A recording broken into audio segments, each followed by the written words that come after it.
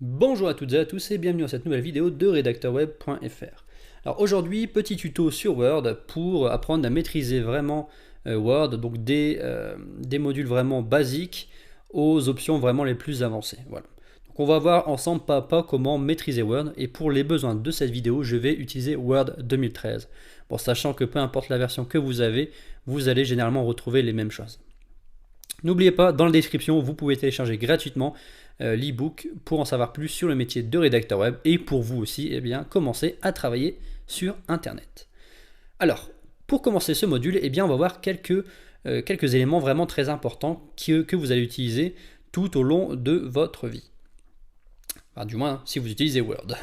Alors, qu'est-ce que c'est? Ça va être en priorité le fameux copier-coller. Alors, avant toute chose, je vais quand même vous montrer comment créer un fichier. Vous allez aller dans Fichier, Nouveau, et ici vous allez avoir différentes options. La première, ça va être de créer un document vierge, donc c'est-à-dire une page blanche, et les autres, ça va être tout simplement différents modèles que vous allez pouvoir utiliser pour créer un fichier qui sera déjà préformaté. On va dire par exemple que vous souhaitez créer un planning. Vous pouvez également affiner votre recherche. Comment? Tout simplement en allant ici dans cette petite barre de recherche et en tapant le mot-clé en fait. Donc là, ce serait planning par exemple. Hop, je tape planning, je valide, et Word va me rechercher tous les documents, tous les fichiers pré-créés qui pourraient me correspondre. Et là, ici, on voit qu'on a une feuille de route, un emploi du temps, un calendrier et un planning. Et il me suffit de cliquer sur le modèle que je souhaite pour commencer à travailler directement dans ce modèle. Autre chose très intéressante, Word faisant partie de la suite Office, il vous propose également les différents documents, en l'occurrence ici différents plannings, qui se trouvent dans d'autres logiciels de la suite Office. Par exemple ici sur Excel et ici sur PowerPoint. Par exemple, je pourrais très bien me dire, bon ici j'ai que quelques fichiers, je vais directement aller dans Excel pour voir s'il n'y a pas d'autres options qui me correspondent mieux. Voilà, donc c'est vraiment très simple de créer un fichier dans Word. Une fois que vous l'avez créé, autre chose qui est extrêmement importante, c'est tout simplement de l'enregistrer. N'oubliez jamais de l'enregistrer, puisque si vous avez un bug, vous allez vraiment regretter d'avoir perdu toutes vos données. Donc, fichier, enregistrer sous, vous mettez le nom que vous souhaitez et vous l'enregistrez. Une fois que vous l'aurez enregistré sous, il vous suffira de cliquer sur la petite disquette qui sera en haut ou sur le raccourci CTRL plus S qui s'affiche actuellement. Voilà, donc là c'est vraiment le basique du basique du basique, on est vraiment sur la base de la base. Maintenant, comment mettre en forme un texte, comment le copier-coller? On va voir ça tout de suite dans ce premier module. Alors avant toute chose, comment copier-coller un texte? On a plusieurs options. Alors soit on va, mettons, copier un texte. Que ce soit sur un site, que ce soit sur Word, peu importe le support, pour le copier, il va falloir dans un premier temps le sélectionner. Vous le sélectionnez en restant appuyé sur le bouton gauche de la souris. Vous faites bouton droit, et ici vous avez copier. Pour ceux qui veulent gagner un petit peu de temps, vous sélectionnez et vous faites CTRL plus C. Alors je vais le noter ici, CTRL. Alors le plus, vous ne le tapez pas, c'est juste pour vous dire qu'il faut que vous combiniez les touches, plus la touche C. Donc CTRL et C en même temps, et ceci va vous copier le texte. Hop, je supprime. Et maintenant je vais le coller. Alors pour le coller, deux options. Bouton droit, option de collage, et là ici je vais avoir différentes options. La première, c'est pour conserver la mise en forme de la source. Par exemple, vous avez été sur un site web, et le site web avait une police spécifique avec une taille 13 par exemple, il va conserver tout ça et vous le collez tel quel. Moi, ce que je vous recommande, c'est d'utiliser la dernière pour conserver uniquement le texte et vous enlever toutes les fioritures, toute la mise en forme, pour que tout votre texte soit homogène. Et ici, c'est la pire des choses pour moi, c'est de fusionner les deux mises en forme, c'est-à-dire de fusionner les polices, de fusionner les tailles, ce qui donne quelque chose de vraiment horrible. Donc on va tout le temps rester sur ça.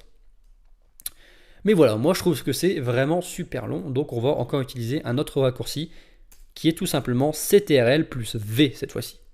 Et hop, mon texte se colle automatiquement. Je retrouve ici mes options de collage, et je pourrais sélectionner celle-ci si elle n'était pas collée d'origine. Voilà. Ce qui est vraiment super sympa. Alors maintenant, comment faire pour mettre en forme le texte? Ici, lorsque vous êtes dans Accueil, alors là je vais faire une petite parenthèse, il y a peut-être des personnes qui vont avoir ce volet-là qui va s'ouvrir et se fermer à chaque fois, c'est tout simplement parce qu'ici, il n'est pas verrouillé. Alors admettons, hop, je vais réduire le ruban, il y a peut-être des personnes qui ont ceci. Et là, ça va être très simple, vous cliquez donc sur l'onglet que vous sélectionnez, puisque ces différents noms s'appellent des onglets. et vous le fixez, parce que si vous ne le fixez pas, que vous retournez dans votre texte, ça s'enlève. Hop, vous le fixez. Alors vous pouvez également le défixer en cliquant sur la flèche, si vous préférez. C'est vraiment comme vous le sentez. Voilà. Donc là, maintenant, on va voir la mise en forme. Donc la mise en forme se trouve ici. Tac, tac, tac. Toujours dans l'onglet accueil. Comment mettre un mot en gras? Eh bien, vous cliquez sur le mot, sur la lettre G. Et on peut voir ici que la lettre G est sélectionnée, que mon mot est en gras. Mais admettons, on va se dire, et si je voudrais désélectionner le mot? Et si tout simplement je me suis trompé et je voulais mettre le mot rencontre en gras et pas le mot bousculer? Eh bien, je vais cliquer sur bousculer et je vais recliquer sur le G qui est sélectionné, on peut le voir, pour le désélectionner. Et voilà, ici, j'ai quitté la mise en forme. Alors maintenant, on va mettre rencontre en gras.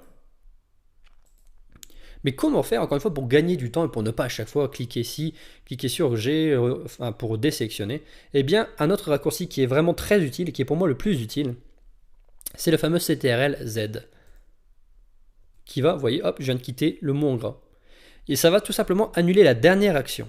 C'est-à-dire que là, si je refais CTRL-Z, eh bien ma dernière action, ça avait été d'enlever le gras de bousculer, eh bien il me le remet. Je reclique sur CTRL-Z et il me l'enlève. C'est tout simplement la flèche qui est ici en haut à gauche. Vous voyez, annuler, coller le texte uniquement, CTRL plus Z.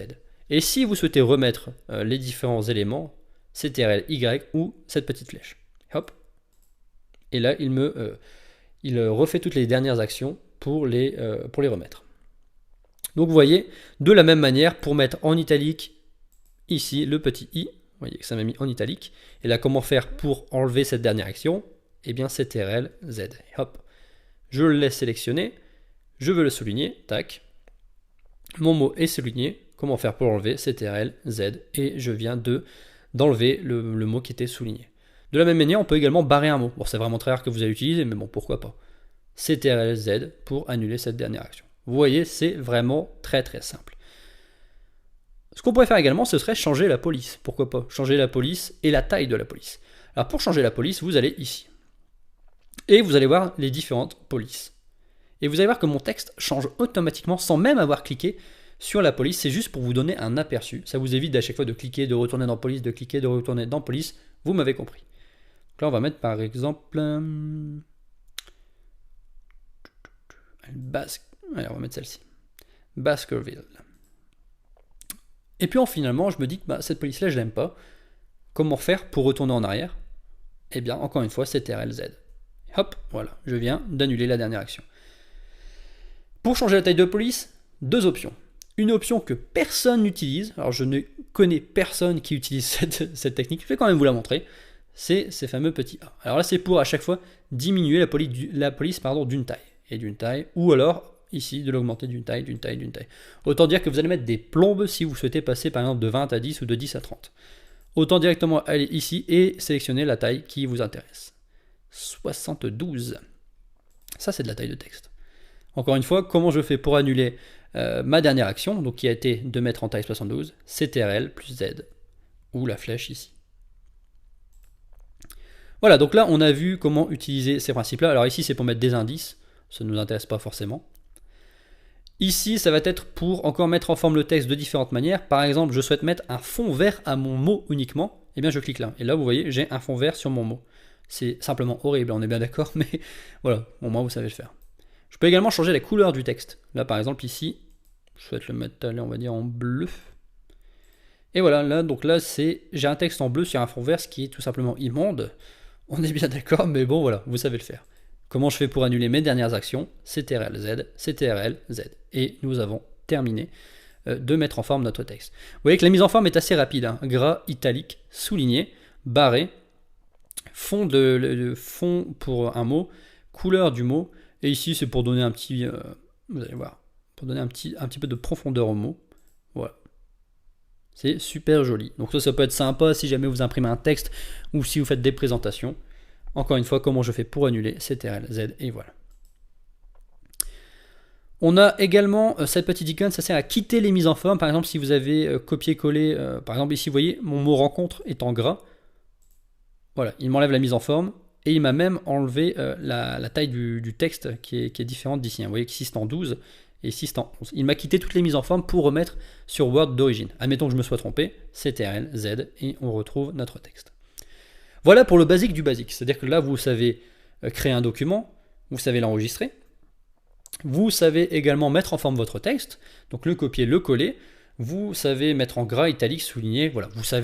Vous pouvez copier un texte, vous pouvez le rédiger, vous pouvez le mettre en forme.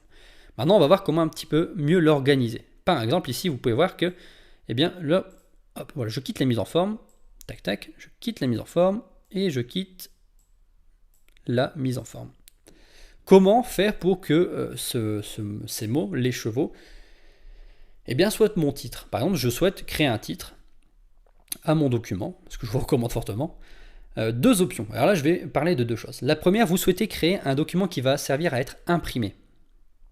Et la deuxième option, ça va être un document qui va servir à être publié sur WordPress, par exemple.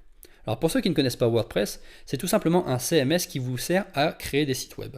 Et généralement, lorsque vous allez publier dedans, vous allez pouvoir faire copier sur Word et coller directement dans WordPress en gardant les mêmes préformatages. C'est-à-dire que vous allez avoir les mots qui sont en gras ici, le seront également dans WordPress. Et vos titres peuvent l'être également si vous savez le faire. Et je vais vous montrer comment le faire. Mais avant toute chose, je vais vous montrer comment créer votre titre si vous souhaitez simplement l'imprimer. Donc là, vous allez vouloir le mettre en forme. Donc là, j'imagine que vous allez voir par exemple le mettre en gras, le mettre ici en taille 20. Et ici, on va vouloir par exemple le mettre au centre. Comment faire? Eh bien, on a ici toutes ces options qui sont là. Ici, c'est pour mettre le texte à gauche, comme il l'est actuellement. Ici, pour le mettre à droite, ce que vous ne verrez jamais dans aucun document, mais bon, Word a décidé de le créer, on lui laisse. Et pour le centrer ici. Voilà, donc là, je viens de centrer un texte. Ça s'applique au titre, ça s'applique à tout. Hein. Là, ici, je peux le centrer. Ça, je peux le mettre à droite pour que ça fasse vraiment bien dégueulasse. Et comment faire pour revenir en arrière? CTRL-Z, CTRL-Z, CTRL-Z, CTRL-Z. Voilà. Ici, tac, tac, tac, je le mets au centre. Et voilà, vous venez de centrer votre titre. Vous avez un titre. Vous pouvez changer la police, vous pouvez le mettre en souligné, etc. etc. C'est vraiment comme bon vous semble. Il n'y a pas de souci. On peut même aller plus loin et pourquoi pas mettre un cadre autour de notre texte. Tac, tac, tac, bordure extérieure. Et bien voilà, là j'ai mis des bordures, c'est juste, vous pouvez pas, enfin vous êtes obligé de voir que c'est un titre. Hein. Et si vous trouvez que ça fait immonde, eh bien CTRL-Z et le problème est réglé. Voilà. Donc ça c'est pour mettre un titre si votre document est par exemple destiné à être imprimé. Maintenant, comment faire pour que votre titre que vous allez créer là apparaisse également comme titre ou comme sous-titre, par exemple ici, dans WordPress? Alors là, c'est très important puisque je travaille généralement avec des rédacteurs et je leur dis souvent, mettez bien vos sous-titres en H2 ou en titre 2 par exemple. Et tous les sous-sous-titres, eh bien, vous les organisez en titre 3, titre 4, etc. Il faut savoir une chose, alors là, je m'adresse à uniquement ceux qui vont travailler sur WordPress et si vous souhaitez devenir rédacteur web, je vous invite fortement à maîtriser ce point-là puisque c'est très important pour vos futurs clients pour gagner du temps et donc pour vous, pour fidéliser vos clients. Ici, vous allez retrouver donc dans l'onglet Accueil, vous allez retrouver différentes options. Et ça va être de sélectionner le titre 1. Mais attention, le titre 1, c'est uniquement pour le titre principal. Vous n'allez pas l'utiliser dans d'autres parties de la page. Pourquoi? Alors, je vais essayer de vous l'expliquer sans m'attarder, parce que c'est assez technique. C'est ce qui concerne le SEO. Donc le SEO, c'est le Search Engine Optimization. C'est ce qui va faire que votre texte sur Internet va être trouvé beaucoup plus facilement que d'autres textes. Et ça passe par l'optimisation des titres. L'optimisation des titres, eh bien, ça va être de les organiser, tout simplement. Par exemple, vous ne pouvez pas avoir plusieurs titres 1, ça n'a pas de sens. Un titre, c'est un titre, point barre. Tout le reste, ce sera des sous-titres, ce qui paraît logique. Vous ne pouvez pas avoir plusieurs gros titres dans un texte. Vous ne retrouverez pas plusieurs gros titres dans un journal, ni dans un site. Ça ne se fait pas, ça ne fonctionne pas. Donc toujours le titre principal en titre 1, et tous les sous-titres, eh bien, on va les mettre en titre 2. Enfin, du moins, tous les sous-titres importants. Vous pourriez avoir d'autres sous-sous-titres, par exemple, qu'on pourrait mettre, je ne sais pas, si on va dire qu'on a un texte, tac, tac, tac, tac. On va même aller plus loin, on va faire un copier-coller, donc CTRL-C, tac, et CTRL-V. Je retrouve mes options de collage, alors, voilà, ça je l'enlève, et voilà. Et on pourrait dire par exemple qu'ici, eh bien, on a un sous-sous-titre, par exemple différents animaux, je ne sais pas, zébrés, hop. Et ça, ce serait un sous-titre de ce sous-titre-là. Et dans ce cas-là, je vais mettre un titre 3, hop. Et tout ça, pourquoi? Pour deux raisons. WordPress va reprendre exactement ce schéma-là, c'est-à-dire qu'il va mettre automatiquement vos sous-titres et ça va organiser votre texte sur WordPress. Donc votre client, si c'est lui qui va le mettre dessus, va se dire « Ah bah c'est super, j'ai pas besoin de tout remettre en forme ». Ça va lui faire gagner du temps et donc vous allez le fidéliser. Mais ce qui peut être également sympa, c'est pour créer des sommaires. Alors par exemple, on va aller dans ici « Rechercher ». Et on va voir que si vous n'avez pas ici, enfin si vous n'avez pas cette chose-là, c'est que vous êtes probablement dans Résultats. Donc là, vous cliquez sur Titre et vous allez voir que votre texte a été organisé. Et ça peut être super sympa lorsque vous avez des mémoires, des thèses, ou tout simplement que vous écrivez des livres ou des e-books pour vous retrouver. Par exemple, je souhaite revenir en haut, et bien je clique, vous voyez que ma page a bougé. Je souhaite aller en bas, hop, il me met directement ici mon sous-titre. C'est super sympa pour s'organiser, pour créer des sommaires, et également pour WordPress. Voilà, donc là vous savez créer des titres 1, des titres 2, des titres 3 et ainsi de suite. Il faut également savoir que ces titres, si vous avez la version anglaise, peuvent également s'appeler des headers. Alors header, je vais vous l'écrire, tac tac tac. Header, ça veut dire titre en anglais tout simplement. Voilà. Donc header, donc ça s'appelle header 1, header 2, header 3, etc. Donc un client peut vous dire, n'oubliez pas de mettre vos titres en header, donc mettre header 1 pour le titre principal, header 2, header 3, etc. etc. Ça voudra dire la même chose que de mettre en titre 1, 2 ou 3. Voilà. Donc là, on commence à passer des basiques aux fonctions un petit peu plus avancées. Alors maintenant, on va dire qu'on souhaite organiser notre texte un peu mieux de cette manière-là. C'est-à-dire, ici c'est une liste, et bien on va créer une liste. Ça me semble logique. Sinon, ça va faire vraiment très moche. Par exemple, voilà. Si vous avez une liste qui est comme ça, vous pouvez le voir, c'est pas vraiment joli. Eh bien, on va cliquer ici sur liste à puces. Hop, et j'ai automatiquement ma liste à puces qui vient d'être créée. Mais on peut se dire que ces fameuses boules noires sont franchement dégueulasses, et vous seriez en droit de dire ça. Ce qui nous amène à les changer. Donc là, on pourrait passer des boules noires aux flèches, aux tics, aux carrés, aux boules rondes. Pourquoi pas ça? Il y a cette chose, alors je ne sais absolument pas ce que c'est, mais on va le mettre. Voilà, donc là, vous venez de créer une liste à puces avec les puces que vous souhaitiez mettre. Vous pouvez également apporter vos propres puces, je ne vous l'ai pas dit, mais vous pouvez. Il suffit de définir une puce et vous pouvez importer après celle que vous souhaitez. Donc là, on vient de créer une liste à puces, mais on pourrait également créer, comme pour les sommaires, une liste à chiffres, une liste chiffrée tout simplement. Ou pourquoi pas une liste avec A, B, C, D. Alors vous voyez que là, ça change automatiquement. Une liste en chiffres romains, etc., etc. On va rester sur la liste à chiffres. Et on pourrait encore aller plus loin. Par exemple, dans le cas d'un sommaire, vous allez avoir un titre, par exemple, qui pourrait être pain. Et on pourrait également avoir un sous-sous-titre. Et dans ce cas-là, on va s'orienter sur ça. La liste à puces a plusieurs niveaux. Par exemple, tac. Là, ici, je vais mettre une tabulation. La tabulation, c'est ce qui se trouve sur votre clavier tout à gauche. Vous avez une flèche qui s'en va vers la gauche et une flèche qui s'en va vers la droite sur le même bouton. C'est la tabulation. Et là, vous voyez qu'il m'a subdivisé mon titre. Donc, pain, ici, complet. Ici, je remets un coup de tabulation. Encore un coup. Et voilà, 1, 1, 1. Vous voyez? Donc là, on redivise. Donc, c'est pas mal si vous écrivez une thèse ou un mémoire. Ou si vous souhaitez simplement créer un sommaire pour votre e-book, par exemple. Pour subdiviser votre sommaire. Voilà. C'est vraiment très simple. Il vous suffit de cliquer sur ces différents boutons-là. Comment on annule? Comment on fait pour revenir en arrière? CTRL-Z. CTRL-Z, Z, et voilà. Tac. Donc là, on a vu comment mettre un titre, donc que ce soit pour votre document que vous souhaitez imprimer, que ce soit également pour Internet, si vous utilisez WordPress. Et on va terminer donc ce volet avec ces différents éléments qui sont super utiles. Donc là, normalement, vous avez déjà cliqué sur Rechercher qui est ici. Comme vous l'avez deviné, rechercher, c'est pour rechercher un mot. Par exemple, on recherche le mot pain dans notre texte, ce qui est ridicule puisque là, notre texte est assez petit. Mais lorsque vous avez 4 ou 5 pages de texte pleinement écrit, je peux vous assurer que c'est super utile. Et il nous met non seulement dans quelle sous-partie se trouve le mot pain, mais également il nous sélectionne ici. On peut également cliquer sur ces petites flèches pour basculer automatiquement sur ce mot. Et maintenant, je vais aller plus loin. On pourrait se dire, bah non, en fait, je voulais pas écrire pain au singulier, je voulais l'écrire au pluriel. Et imaginez que vous ayez 4 pages ou 100 pages, vous n'allez pas les modifier un par un et relire tout votre texte, ça va vous prendre des jours, et vous ne seriez même pas certain de ne pas en avoir oublié un. Il y a une fonction qui est vraiment super sympa qui s'appelle remplacer. Vous cliquez dessus, vous cliquez, vous tapez le mot que vous souhaitez remplacer tel quel. C'est-à-dire que là, par exemple, je veux le mettre au pluriel, je vais l'écrire tel qu'il est écrit dans mon texte. Donc là, il est écrit sans S. Et je vais le remplacer, moi je vais le remplacer par bonbon, par exemple. Bon, on pourrait le remplacer par n'importe quoi. Et vous allez cliquer sur remplacer tout. Et là, regardez bien ici le mot pain. Et voilà, tout a été remplacé.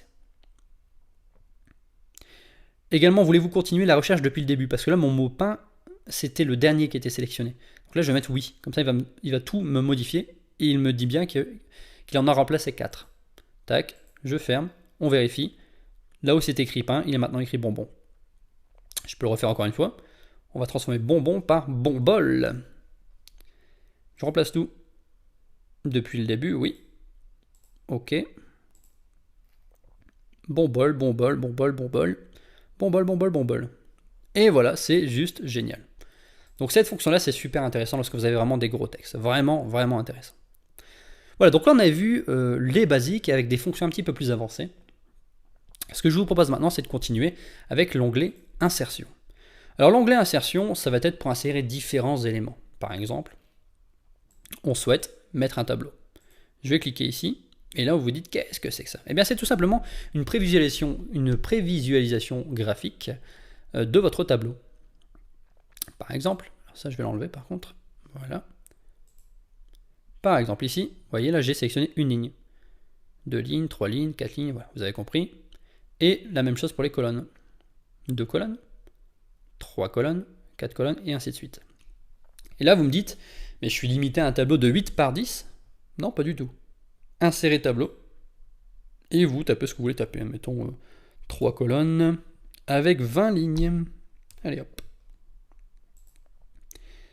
Et là, une chose intéressante, donc là vous avez créé votre tableau, mais vous pouvez voir qu'on est passé de l'onglet insertion à l'onglet outils de tableau, création, disposition. Donc là c'est tout simplement pour travailler sur le tableau même. Donc là par exemple on peut le mettre en forme. Ça je trouve ça vachement inutile puisqu'on ne voit pas une colonne. Voilà, donc là vous voyez j'ai sélectionné une mise en forme directement. Je peux retourner dans insertion, ou même dans accueil, continuer à travailler, tac tac tac, mettre mon texte dans le tableau, et je peux retourner également dans création, où je retrouve tout ça. Comment je fais pour revenir en arrière si je me suis trompé? CTRL-Z, CTRL-Z, CTRL-Z, et voilà. Voilà, vous savez insérer un tableau, une image, de la même façon, vous cliquez, vous allez sélectionner votre fichier, image en ligne, la même chose, les formes, vous cliquez sur la forme que vous souhaitez sélectionner, vous êtes encore basculé sur le format, vous pouvez modifier comme vous le souhaitez, le remplissage, le contour, les effets. Voilà. CTRL-Z, CTRL-Z, CTRL-Z, ou même supprimer directement pour aller plus vite. Voilà, donc je retourne dans insertion, forme, Smart Art. Alors ça c'est une chose sur laquelle je vais m'attarder un petit peu, enfin m'attarder rapidement. C'est super pratique les Smart Art. Pourquoi? Admettons, on va dire que vous êtes en train de rédiger un e-book ou une thèse ou un document, peu importe, et vous souhaitez mettre en valeur, par exemple, allez, on va dire une hiérarchie, un système hiérarchique, par exemple, le système hiérarchique de votre entreprise, ou le cycle d'un produit, ou le processus, ou la liste, ou une liste quelconque. Bien, vous voyez que vous avez beaucoup de Smart Art qui ont été préfabriqués et qui sont disponibles pour vous gratuitement. Une pyramide, par exemple. Alors, je vais utiliser, par exemple, une hiérarchie. Tac, on va utiliser celle-ci. Ok. Hop, il m'insère directement la hiérarchie. Encore une fois, vous voyez qu'on a été basculé ici dans l'outil Smart Art Création pour le mettre en forme comme vous le souhaitez. Modifier les couleurs, modifier la mise en forme. Je vous laisserai regarder, c'est vraiment très simple. Ici, vous tapez votre texte. BO2S, boss. Voilà, ici, vous tapez tout ce que vous voulez taper. Vous voyez que c'est super pratique. Vous pouvez donc créer une hiérarchie très rapidement. Autre chose super pratique, c'est que vous allez voir dans le détail, c'est que vous pouvez également donc modifier les formes, ajouter une forme au-dessus. Par exemple, si on veut, on veut créer une hiérarchie plus grande, et bien vous avez simplement à faire de cette manière-là. Par exemple, ici, ajouter une forme en dessous, et hop, vous voyez, donc c'est génial. Le Smart Art va s'adapter automatiquement et va vous améliorer la hiérarchie. Je vais cliquer sur ça pour le supprimer. Donc voilà, super pratique les Smart Art qui sont dans l'insertion pour vraiment mettre en forme, mettre en valeur un élément. C'est vraiment génial, quoi. Également, Les graphiques, ça vous serez certainement amené à en voir. Donc là, par exemple, vous avez tous les différents types de graphiques, hein, de l'histogramme, courbe, etc., etc. Vous pouvez sélectionner le style. Je vais garder le premier. Et vous allez voir que vous allez avoir une autre fenêtre qui va s'afficher, qui est tout simplement la feuille de calcul qui est ici. Alors ça peut vous paraître compliqué au premier abord, mais c'est super simple. Série 1, série 2, série 3. Vous voyez ici, vous avez la légende. Série 1, c'est le vert. Série 2, l'orange. Série 3, le rouge. Donc série 1, 2, 3. 1, 2, 3. 1, 2, 3. Ainsi de suite. Les catégories. Catégorie 1, 2, 3 et 4. Donc la 4 se trouve ici. Et ce qui est génial, c'est que le graphique va s'adapter en temps réel à vos chiffres. Par exemple, je le modifie. Ici, je vais mettre 10. Et attention les yeux. Magie, mon graphique se modifie automatiquement. Donc c'est super génial pour insérer des graphiques dans vos documents. Vous pouvez également travailler avec Excel et le joindre. Ici, vous le voyez, hop, petite feuille si vous voulez travailler sur Excel directement. Normalement, ce n'est pas obligatoire. Comment je fais pour revenir en arrière? CTRL-Z, CTRL-Z, CTRL-Z. Là, je peux également le supprimer. Mais là, je vais faire CTRL-Z directement. Quoi d'autre dans insertion? Alors là, des applications, voilà, c'est super rare, c'est si vous avez des applications qui sont liées à Office. Si vous voulez mettre une vidéo en ligne, des liens hypertextes, ça c'est super important. Mettons ici, vous voulez mettre un lien, on se fiche du lien. Hop, un lien hypertexte, et là, eh bien, vous mettez le lien que vous souhaitez mettre. Donc, soit vous le copiez sur Internet et vous le collez là, soit vous le tapez, par exemple http, voilà, servicepublic.fr. Tac, et ici, mon lien est là. Vous voyez, sans cliquer dessus, ça s'affiche automatiquement. On peut le voir ici en bas à gauche également. Tac. Voilà, vous voyez que ça s'affiche. Chose importante, maintenant que je le vois, que j'ai oublié de vous dire, vous écrivez un texte, vous êtes rédacteur web, votre client vous dit, voilà, je veux un texte à 1500 mots. Vous écrivez votre texte et vous dites, mais je suis arrivé à combien de mots là? C'est très simple, vous regardez en bas ici. Et là, vous voyez qu'il y a 141 mots dans le texte pour le moment. Voilà, donc c'est tout simple, vous avez également le nombre de pages. Mais c'est super pratique. Donc là, on a vu comment insérer également un lien hypertexte. Les commentaires, on va le voir après. Autre chose super importante, en-tête, pied de page, numéro. C'est super important, surtout si vous créez des e-books. Alors l'en-tête, c'est assez rare. Pied de page, beaucoup plus souvent, oui. Et le numéro de page également. Donc l'en-tête, eh bien, vous cliquez dessus, vous choisissez l'en-tête que vous souhaitez mettre. Donc là, moi, j'en ai déjà mis une qui est celle-ci. Je vais cliquer dessus, hop. Et vous arrivez ici, donc dans l'en-tête. Et là, bah, vous écrivez ce que vous voulez écrire. Ensuite, vous double-cliquez là, dans le corps du texte. Et pourquoi faire ça? Eh bien, c'est tout simplement génial, puisque lorsque vous allez écrire un e-book ou un long texte, je vous recommande dès la première page de faire l'en-tête, le pied de page, et le numéro de page, puisque ça va se mettre automatiquement sur les autres pages. Alors, petite preuve, on va faire un copier-coller. Je vous invite à repenser comment faire un copier-coller. C'est le CTRL-C. Tac. Coller, coller, voilà. Et là, vous voyez, automatiquement, mon en-tête est revenu. Même chose pour tout ce qui va être pied de page. Tac, pied de page, qu'est-ce qu'on pourrait mettre en pied de page?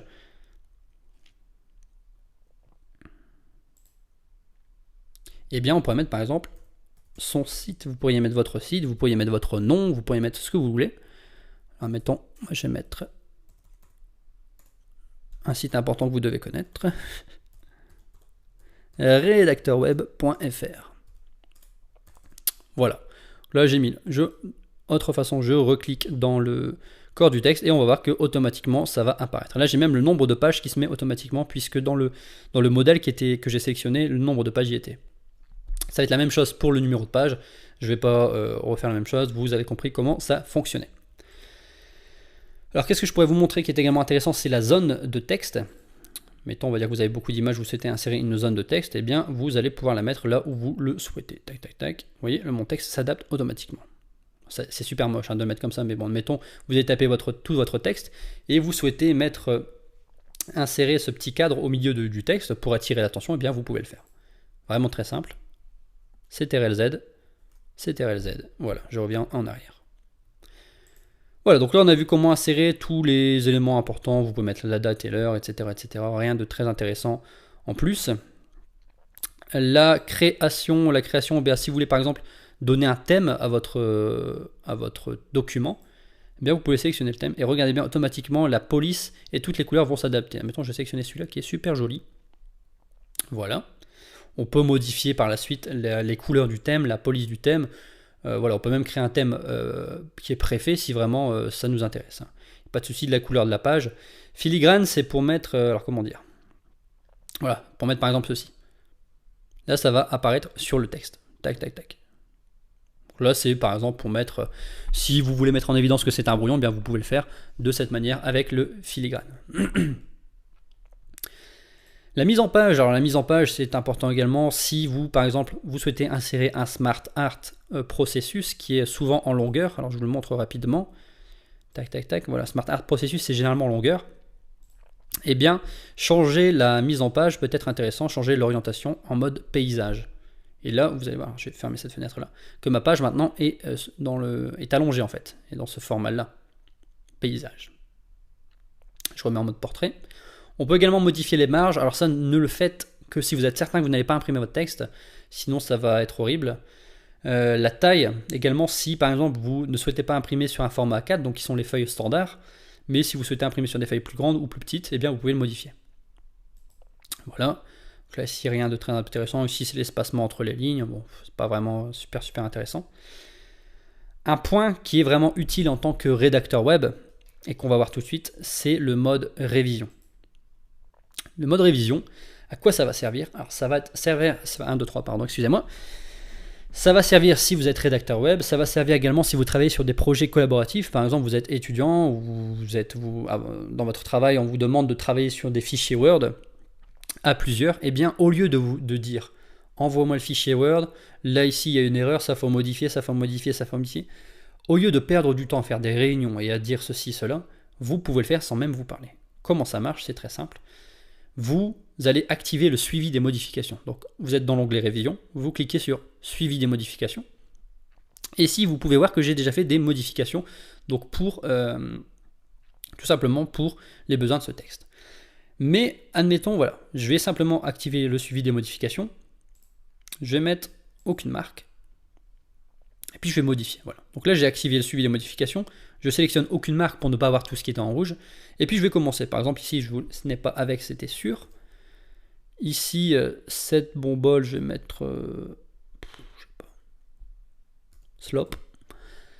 Et on va voir tout de suite que automatiquement, quand on va dans toutes les marques, eh bien tout ça a été modifié. On peut voir que cette bonbon a été barré, que slop a été rajouté. On peut voir que avec a été barré, que sur a été rajouté. Et la personne va ainsi pouvoir contrôler tout ce qui a été modifié. Alors c'est utile pour deux raisons. La première, par exemple, vous êtes chef, vous êtes rédacteur en chef, vous avez plusieurs rédacteurs qui soit travaillent pour vous ou que vous devez gérer. Ils vous envoient le texte, vous faites les corrections, vous leur envoyez, et eux vont pouvoir où sont les fautes, comment modifier, etc. etc. Vous, deuxième cas, vous travaillez à plusieurs sur un projet en collaboratif avec vos collègues, par exemple. Vous leur envoyez et eux vont pouvoir travailler. Plus besoin de faire 2 réunions interminables et pas besoin de se parler pendant des heures pour dire ah ben regarde bien, si tu regardes sur la page 4 à peu près dans le milieu du texte. Non, ici tout est vraiment parfait. Vous avez ici les petites barres qu'on retrouve dans les marques simples. Voilà, les marques simples, c'est pour vous dire que ici, dans toutes ces lignes-là, il y a eu des modifications, ces lignes-ci et ces lignes-là. Si on veut voir les modifications, eh bien on va dans toutes les marques. Modifications ici, ici, ici, ici, ici, ici. Voilà, il y a beaucoup de modifications. Ici, le petit S. Comme vous pouvez le voir, il y a énormément de modifications. Je retourne dans aucune marque. Et maintenant, comment faire pour ajouter un petit commentaire? Par exemple, on ne souhaiterait pas supprimer ça, mais on se demande qu'est-ce que ça veut dire, par exemple. Donc là, je vais mettre bouton droit, nouveau commentaire. Et je peux mettre, par exemple, définition. Ou tu peux me donner la définition, ou qu'est-ce que ça veut dire, enfin peu importe, poser la question. Et cette personne-là va voir le commentaire derrière. Hop, définition, tac.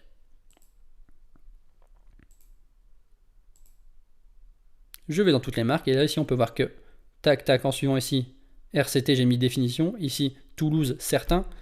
Voilà, on peut mettre par exemple est-ce que tu es certain que c'est bien Toulouse et tu me donner la définition et la personne va voir tout cela et il n'aura pas besoin de vous parler puisque vous pourrez tout mettre dans le document. Donc c'est vraiment super pratique lorsque vous travaillez avec d'autres personnes, c'est vraiment génial. On aurait pu également cliquer sur nouveau commentaire hein, sans souci. Autre chose intéressante, grammaire orthographe, alors je vais juste dégager ça. Là, il vous sélectionne tous les mots qui sont normalement, alors là je vais remettre en aucune marque pour que vous puissiez voir. Tous les mots qui sont soulignés en rouge sont les mots où il y a des fautes d'orthographe normalement. Ou, et là j'insiste, ou les mots que Word ne connaît pas.